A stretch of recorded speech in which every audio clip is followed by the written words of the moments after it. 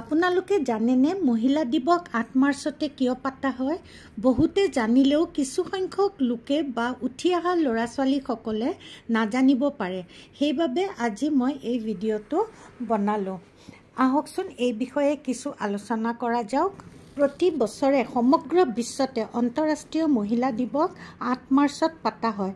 প্ৰতি বছৰে একোটা থিম লৈ এই দিৱস পালন কৰা হয়।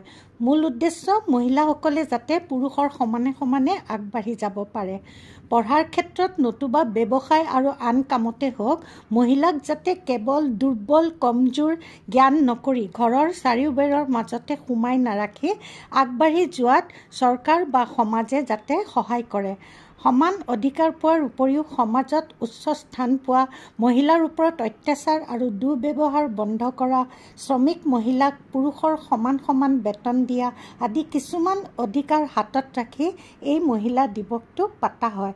বিশেষকৈ চাইল্ড মেৰেজ আৰু চাইল্ড লেবাৰ বন্ধ কৰাৰ বাবেও এই মহিলাসকলে মাত মাতি আহিছে। 1908 চনত নিউয়ৰ্কত মহিলা কৰ্মচাৰীসকলে এক ৰেলীৰ আয়োজন কৰিছিল।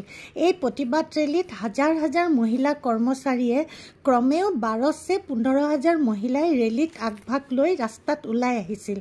তেওঁলোকে এইদৰে প্ৰতিবাদ কৰি ওলাই অহাৰ প্ৰধান কাৰণ আছিল অনুচিত ব্যৱস্থা আৰু তেওঁলোকে যিমান ঘণ্টা কাম কৰিছিল তাৰ সময় কিছু কম কৰি দিয়াৰ লগতে চাইল্ড লেবাৰ বন্ধ কৰা আৰু কাম অনুযায়ী তেওঁলোকৰ বেতন কিছু বৃদ্ধি কৰাৰ বাবে এই ৰেলীৰ আয়োজন কৰিছিল। এই আন্দোলনত তেওঁলোকে ভোট দিয়াৰ বাবেও অধিকাৰ দাবী কৰিছিল। এই আন্দোলনৰ এক বছৰৰ পিছত আমেৰিকা ছ'চিয়েলিষ্ট পাৰ্টিয়ে প্ৰথম নেশ্যনেল উমেন ডে'ৰ ঘোষণা কৰে। মহিলা দিৱসক আন্তঃৰাষ্ট্ৰীয় স্তৰত পালন কৰাৰ বিচাৰ ক্লাৰা জেটকিন নামৰ এগৰাকী জাৰ্মান মহিলাৰ নাম ল'ব লাগিব।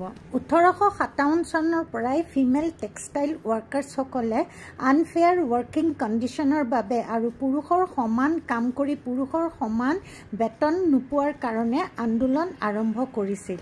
1910 চনত ডেনমাৰ্কৰ ৰাজধানী কোপেনহেগনত ৱৰ্কিং মহিলাৰ বাবে আন্তঃৰাষ্ট্ৰীয় সন্মিলন আয়োজন কৰা হৈছিল। জাৰ্মানীৰ ছ'চিয়েল ডেম'ক্ৰেটিক পাৰ্টিৰ মহিলা কাৰ্যালয়ৰ নেতা ক্লাৰা জেটকিনে প্ৰথমবাৰৰ বাবে আন্তঃৰাষ্ট্ৰীয় মহিলা দিৱসৰ বিষয় এই সন্মিলনত উপস্থাপন কৰিছিল। 1911 চনত ক্লাৰা জেটকিন দ্বাৰা এই দিৱস পালন কৰা হয়। এই উৎসৱ পূৰ্বপ্ৰথমে ইউৰোপ আৰু উত্তৰী আমেৰিকাত শ্ৰমিকৰ আন্দোলনৰ বাবে পতা হৈছিল। 1913 চনত এই সমাৰোহ 8 মাৰ্চ তাৰিখে পালন কৰা হৈছিল। তেতিয়াৰে পৰা 8 মাৰ্চ তাৰিখে এই দিৱস পাতি অহা হৈছিল। 1975 চনৰ 8 মাৰ্চ তাৰিখে প্ৰথমভাৱে অফিচিয়েল ইণ্টাৰনেশ্যনেল উমেন্স ডে ঘোষণা কৰা হয়। তেতিয়াৰে পৰা 8 মাৰ্চত ইণ্টাৰনেশ্যনেল উমেন্স ডে পাতি অহা হৈছে।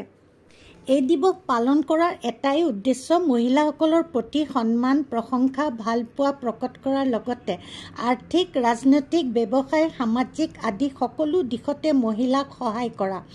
আৰু যিসকল নিৰক্ষৰ মহিলা আছে, যিসকলে কথা বুজি নাপায়, তেওঁলোকক গাঁৱৰ চুকে কোণে গৈ সেই বিষয়ত তেওঁলোকক জাগ্ৰত কৰাই হৈছে মহিলা দিৱসৰ প্ৰধান উদ্দেশ্য। ভাৰতত প্ৰথমবাৰৰ বাবে 13 ফেব্ৰুৱাৰী 2014 চনত ৰাষ্ট্ৰীয় মহিলা দিৱস পাতিবলৈ আৰম্ভণি কৰে।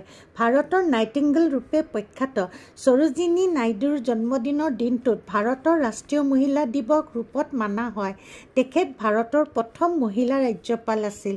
তেওঁ ভাৰত কোকিলা নামেৰে প্ৰখ্যাত। তেখেতে মহিলাসকলৰ বিকাশৰ বাবে যথেষ্ট কাম কৰিছিল। ভাৰতত যি কুনীতি প্ৰচলিত আছিল তাৰ বিৰুদ্ধে মাত মাতিছিল। মহিলাসকলক স্বতন্ত্ৰতা আন্দোলনত ভাগ ল'বলৈও প্ৰেৰণা আৰু উৎসাহ দিছিল। সেইবাবে ভাৰতবৰ্ষৰ লোকে তেওঁৰ স্মৃতিত তেওঁৰ জন্মদিনৰ দিনটোত তেওঁক স্মৰণ কৰি 13 ফেব্ৰুৱাৰীৰ দিনটোত মহিলা দিৱস হিচাপে পালন কৰে। কেৱল অফিচ বা কোম্পানীত চাকৰি কৰিলেই কাম কৰা নুবুজায়। ঘৰখন চলোৱা, খেতিপথাৰত কাম কৰা, মাটি কাটা, ৰাস্তা বনোৱা, মানুহৰ ঘৰে গৈ কাম কৰা, চব কামৰে মূল্য আছে।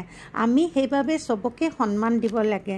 মই নিজে এগৰাকী মহিলা। মই গতিকে মহিলাক অসন্মান কৰি কথা ক'লে খুব বেয়া পাওঁ। আমি মহিলাই মহিলাক ৰেচপেক্ট কৰি ইজনে সিজনক সহায় কৰি আগুৱাই যোৱাত সহায় কৰিব লাগে। প্ৰত্যেক বছৰে মহিলা দিৱস একোটা থিম লৈ পালন কৰা হয় 2024 চনত অৰ্থাৎ অহাকালি চৰকাৰে যাতে মহিলাক ব্যৱসায়ত আগবাঢ়ি যোৱাত সহায় কৰে আৰু জেণ্ডাৰ ইকুৱেলিটি অৰ্থাৎ পুৰুষ মহিলাৰ সম অধিকাৰ লৈ এই দিৱস পালন কৰা হ'ব।